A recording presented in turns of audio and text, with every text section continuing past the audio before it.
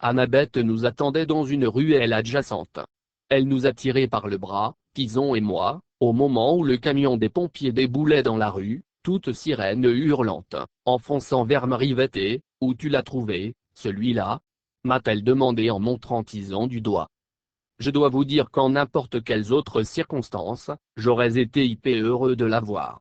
Nous avions fait l'appel l'été dernier, surmontant le fait que sa mère, Athéna, ne s'entendait pas bien avec mon père, Poséidon. Annabeth m'avait sans doute plus manqué que je ne voulais bien l'admettre. Seulement là, je venais de me faire attaquer par des géants cannibales. Tison m'avait sauvé la vie 3 ou 4 fois et tout ce qu'elle trouvait à faire, c'était de le reluquer d'un œil mauvais comme si la source de tous nos problèmes, c'était lui. C'est mon ami, ai-je répondu. Est-ce qu'il est sans abri? Quel rapport? Il t'entend, tu sais, il n'est pas sourd. Tu peux lui poser la question directement, il sait parler? A-t-elle fait d'un ton surpris. Je parle, a alors déclaré Tison. Tu es jolie, oh, quelle horreur! Annabeth s'est écartée. Sa grossièreté me sidérait. J'ai regardé les mains de Tison, que je m'attendais à trouver gravement brûlées par les ballons enflammés, mais elles semblaient en bon état, sales et couvertes de cicatrices, des ongles en deuil gros comme des chips, mais ça, c'était leur aspect habituel. Je n'en revenais pas, Tison, me suis-je exclamé. Tes mains ne sont même pas brûlées. Bien sûr que non, a bougonné Annabeth. Je suis même étonné que les Lestrigons aient eu l'audace de t'attaquer devant lui. Tison avait l'air fasciné par les cheveux blonds d'Annabeth. Il a levé la main pour les toucher, mais elle lui a donné une tape. Annabeth, ai-je dit, qu'est-ce que tu racontes? Les Lestiquois, les Lestrigons. Les monstres du gymnase. C'est une race de géants cannibales qui vivent dans le Grand Nord. Ulysse les a rencontrés une fois, mais je n'en avais encore jamais vu aussi au sud que New York. Lestri. Je n'arrive même pas à le dire. Comment tu les appellerais, en anglais normal? Elle a réfléchi quelques instants à la question. Des Canadiens, a-t-elle fini par trancher. Allez viens, il faut qu'on file d'ici, je vais avoir la police aux trousses, c'est bien le cadet de nos soucis. Est-ce que tu fais les rêves en ce moment? Quel rêve? Sur Grover? Annabeth a blêmi. Grover? Non, tu as des nouvelles de Grover? Je lui ai raconté mon rêve. Pourquoi? Ai-je ajouté. De quoi tu as rêvé, toi? Le gris de ses yeux était orageux, comme si son cerveau carburait à 1 million de kilomètres à l'heure. De la colonie, a-t-elle enfin répondu. De graves problèmes à la colonie, maman m'a dit la même chose. Mais quel genre de problème? Je ne sais pas au juste. Il y a quelque chose qui cloche. Nous devons y aller au plus vite. Des monstres m'ont poursuivi sur tout le trajet depuis la Virginie pour essayer de m'arrêter. Tu t'es fait attaquer souvent? J'ai secoué négativement la tête. Pas une seule fois de toute l'année. Jusqu'à aujourd'hui, aucune fois? Mais comment? Ses yeux se sont alors posés sur Tison. Ah, quoi? Ah? Tison a levé la main comme s'il était encore à l'école. Les Canadiens du gymnase ont appelé Percy quelque chose. Fils du dieu de la mer? Annabeth et moi avons échangé un regard. Je ne savais pas comment expliquer les choses, mais je trouvais que Tison avait droit à la vérité. Après avoir failli se faire tuer, dis-moi un truc, Tison. Tu n'as jamais entendu parler de toutes ces vieilles histoires sur les dieux grecs? Zéus, Poséidon, Athéna et ainsi de suite. Oui, eh bien. Ces dieux sont toujours vivants. Ils suivent la civilisation occidentale, si tu veux, en s'installant à chaque époque dans les pays occidentaux les plus dynamiques. En ce moment, par exemple, ils sont aux États-Unis. Et il arrive quelquefois qu'ils aient des enfants avec des mortels. On appelle ces enfants des sans-mêlés. Oui, a répété Tison, comme s'il attendait que j'en vienne au vif du sujet. Annabeth et moi, nous sommes des sans-mêlés. Nous sommes des héros en cours d'apprentissage, si tu veux. Et quand des monstres sentent notre piste, ils nous attaquent. Ces géants au gymnase, c'étaient des monstres, oui. Je l'ai dévisagé. Il n'avait l'air ni surpris ni dérouté par ce que je venais de lui dire, ce qui m'a plongé, moi, dans une grande perplexité. Donc, tu me crois? Ai-je repris.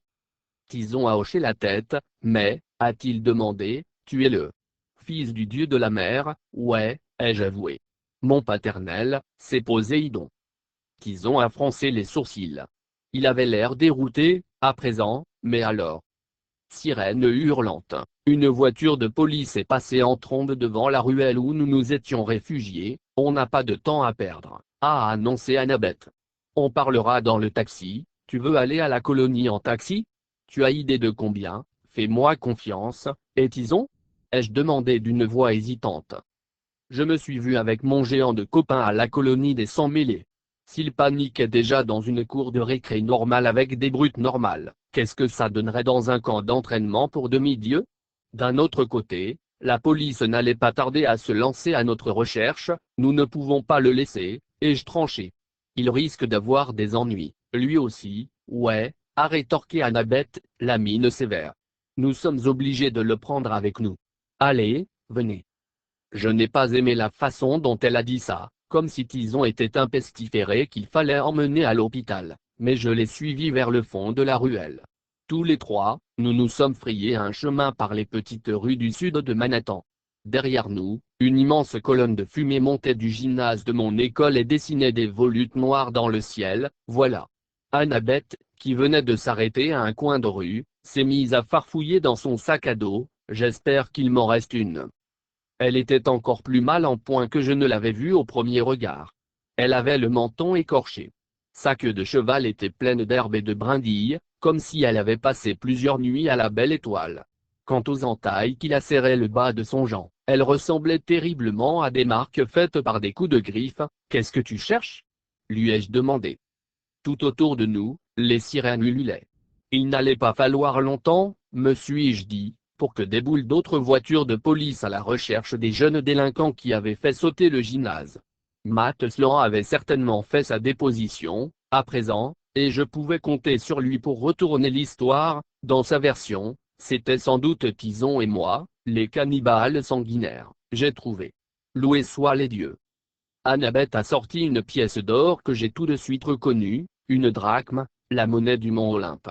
Elle portait l'effigie de Zéus sur une face et l'Empire State Building sur l'autre. Annabeth, les chauffeurs de taxi new-yorkais ne prennent pas les drachmes, Stati, a-t-elle crié en grec ancien. Zéro arma diabole. Et, comme chaque fois qu'elle s'exprimait dans la langue de l'Olympe, j'ai compris. Elle avait dit, arrête-toi, chariot de la damnation. Ce qui n'a pas éveillé chez moi un enthousiasme démesuré pour le plan qu'elle avait en tête. Annabeth a lancé la pièce de monnaie dans la rue mais, au lieu de ricocher en tintant, celle-ci a disparu en s'enfonçant dans l'asphalte. Il ne s'est rien passé dans un premier temps. Puis, à l'endroit même où la drachme était tombée, l'asphalte est devenu d'un noir encore plus foncé. Pour fondre alors en un espace rectangulaire grand comme une place de stationnement, où bouillonnait un liquide rouge sang. Soudain, une voiture a jailli de ce magma. C'était un taxi, indéniablement, mais à la différence de tous les taxis de la ville de New York, il n'était pas jaune. Il était gris fumé. Je veux dire par là qu'on l'aurait vraiment cru fait de fumée, comme si on pouvait marcher au travers. Il y avait une inscription sur la portière, un truc du genre Surgir mais à cause de ma dyslexie je ne suis pas arrivé à la déchiffrer. La vitre passager s'est abaissée et une vieille femme a sorti la tête. Une épaisse tignasse grise lui tombait sur les yeux. Elle parlait en bafouillant bizarrement, comme si elle était shootée à la novocaïne. C'est pour où? C'est pour où? 3 passagers pour la colonie des Sans-Mêlés, a répondu Annabeth, qui a ouvert la portière arrière du taxi et m'a fait signe de monter comme si tout cela était parfaitement normal. Ah! A grincé la vieille femme en pointant un doigt osseux vers Tison. Pas lui. Nous ne les prenons pas, ceux-là. Qu'avaient-ils tous? C'était la journée à Rose sur les gros garçons moches, ou quoi? On vous donnera un supplément, a promis Annabeth. 3 drachmes de plus à l'arrivée, ça marche. A crié la femme. À contre-cœur, je suis monté en voiture. Tison s'est coincé au milieu et Annabeth est entrée la dernière.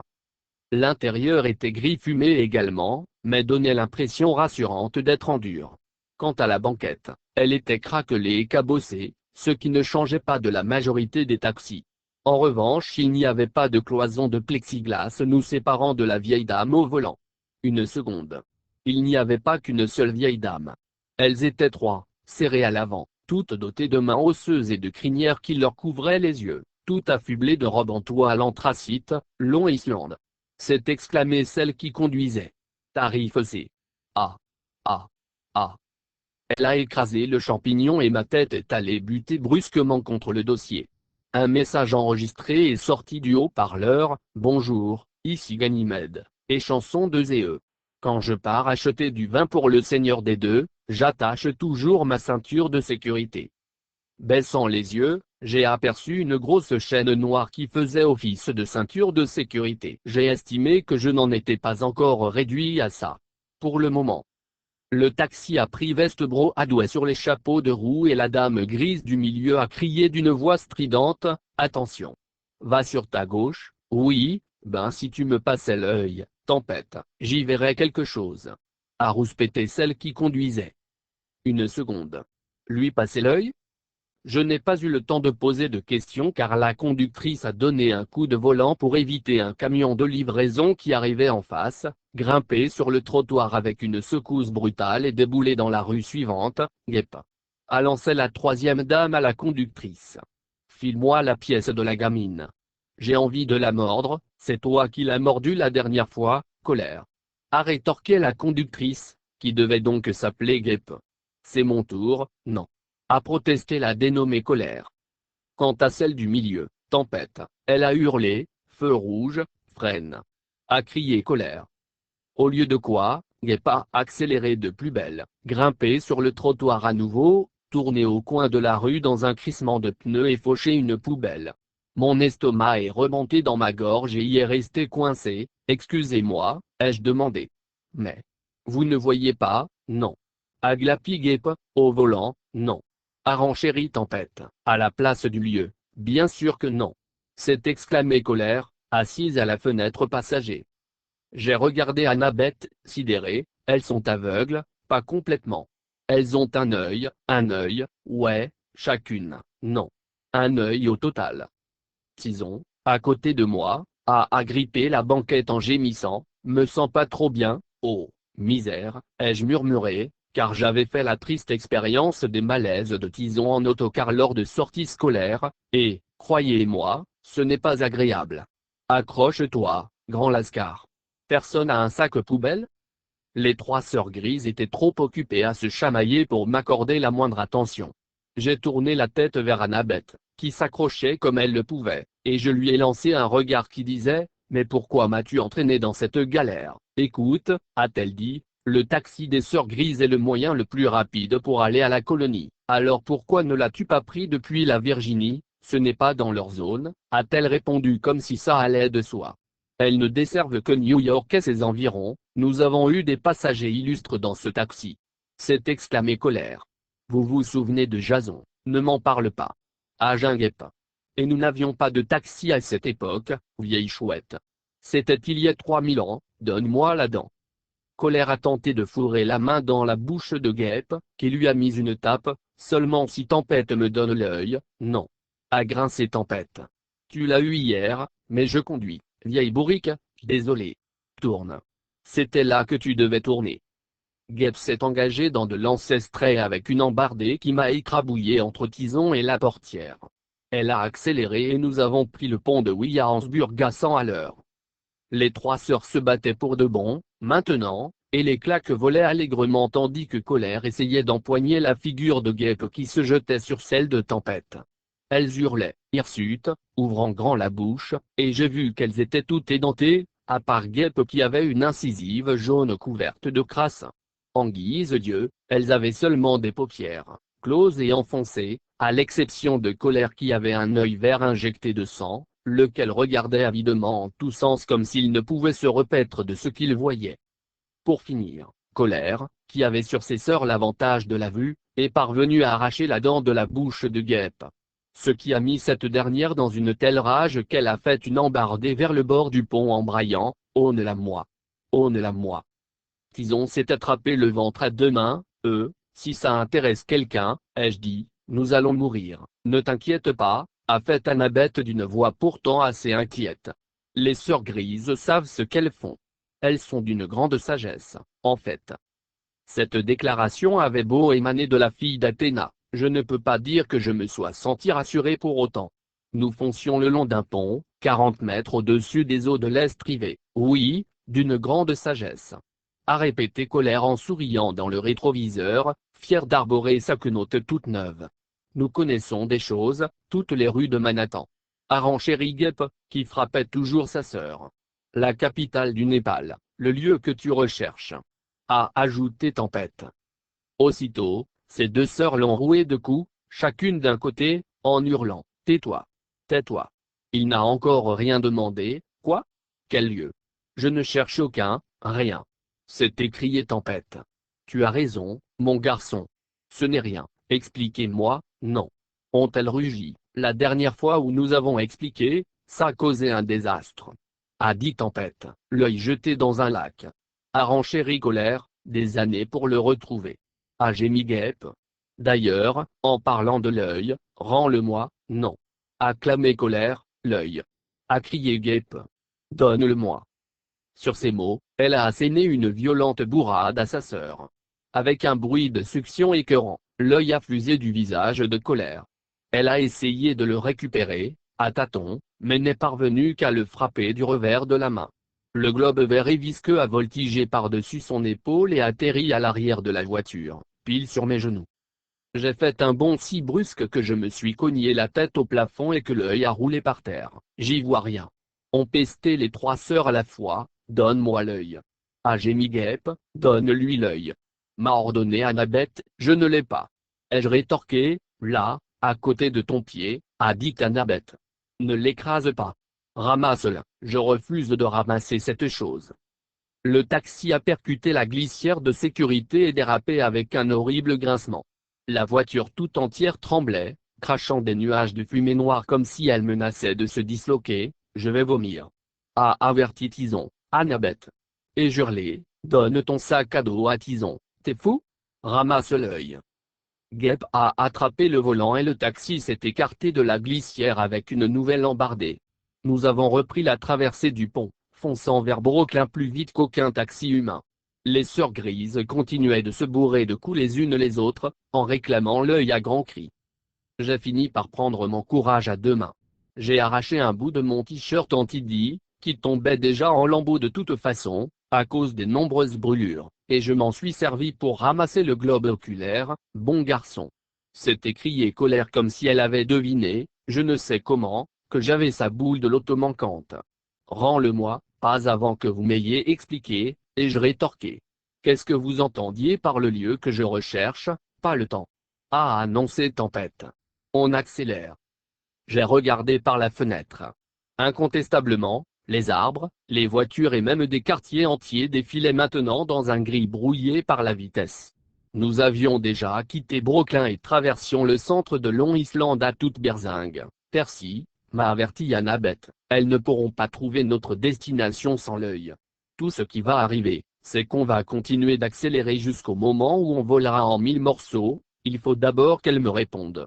Sinon j'ouvre la fenêtre et je jette l'œil dans le flot des voitures. Non. On gémit les trois sœurs grises. Trop dangereux, je baisse la vitre. Attends. Ont-elles hurlé? 30, 31, 75, 12. Elles ont crié cela avec l'énergie d'un entraîneur de foot lançant des ordres. Qu'est-ce que vous voulez dire? Ai-je demandé. Ça n'a aucun sens. 30, 31, 75, 12. A mugi Colère. C'est tout ce qu'on peut dire. Maintenant donne-nous l'œil. On est presque à la colonie. Nous avions quitté l'autoroute, à présent, et nous nous enfoncions dans la campagne du nord de Long Island. J'apercevais la colline des 100 mêlées devant nous, coiffée à son sommet d'un pin géant, l'arbre de Thalia, qui renfermait la force vitale d'une héroïne tombée au combat. Percy m'a supplié Annabeth. Donne-leur l'œil tout de suite. J'ai décidé de ne pas discuter et j'ai lancé l'œil sur les genoux de Guêpe. La vieille dame l'a attrapé, l'a glissé dans son orbite avec l'aisance de quelqu'un qui met une lentille de contact, et a battu de la paupière. Super. Elle a freiné à mort. Le taxi a fait 4 ou 5 tours sur lui-même en soulevant des nuages de fumée avant de s'arrêter dans un concert de grincements au beau milieu du chemin de terre qui se trouve au pied de la colline des 100 mêlées. Tison a émis un rot retentissant et déclaré, me sens mieux maintenant. Bon, et je dis aux sœurs grises. Maintenant expliquez-moi ce que signifient ces nombres. Pas le temps. Annabeth ouvrait déjà sa portière, il faut qu'on sorte tout de suite. J'allais lui demander pourquoi quand j'ai levé les yeux et compris. En haut de la colline des 100 mêlées, Il y avait un petit groupe de pensionnaires de la colonie. Et ils étaient attaqués.